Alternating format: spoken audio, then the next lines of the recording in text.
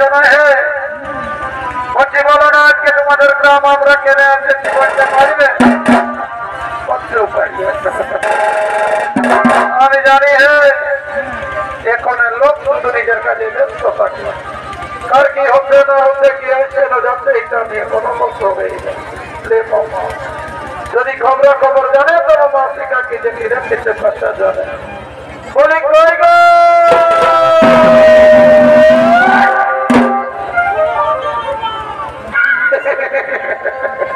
কি বাপরি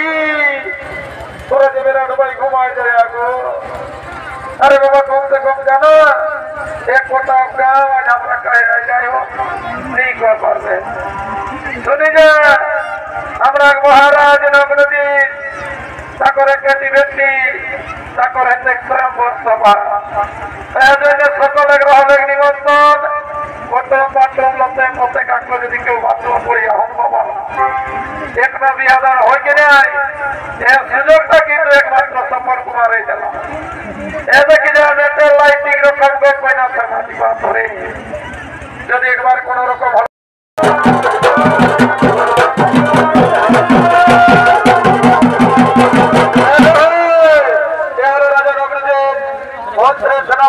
কর্মচারী সকলকে সঙ্গে করে পরামর্শ করার জন্য নিজের রাজপ্রাসাদে আগমন করেছে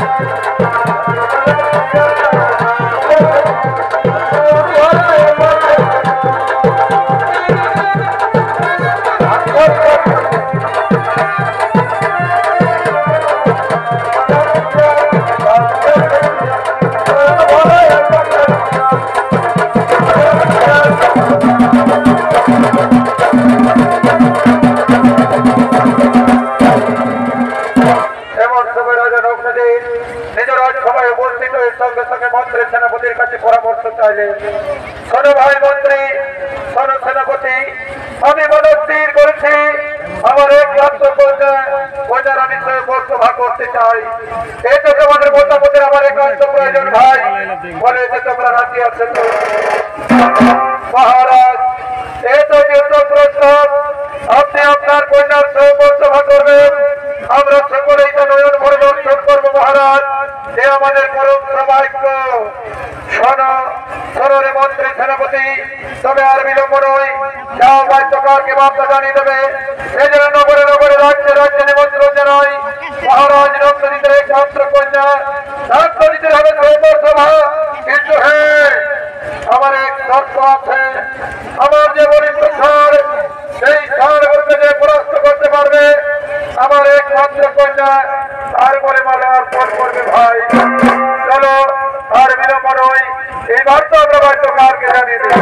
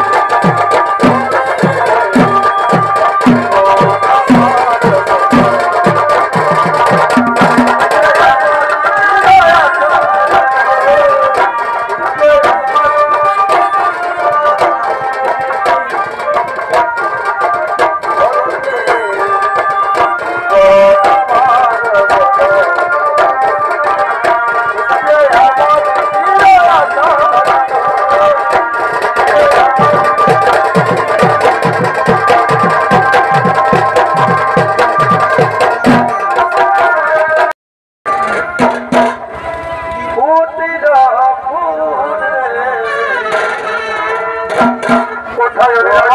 মোরা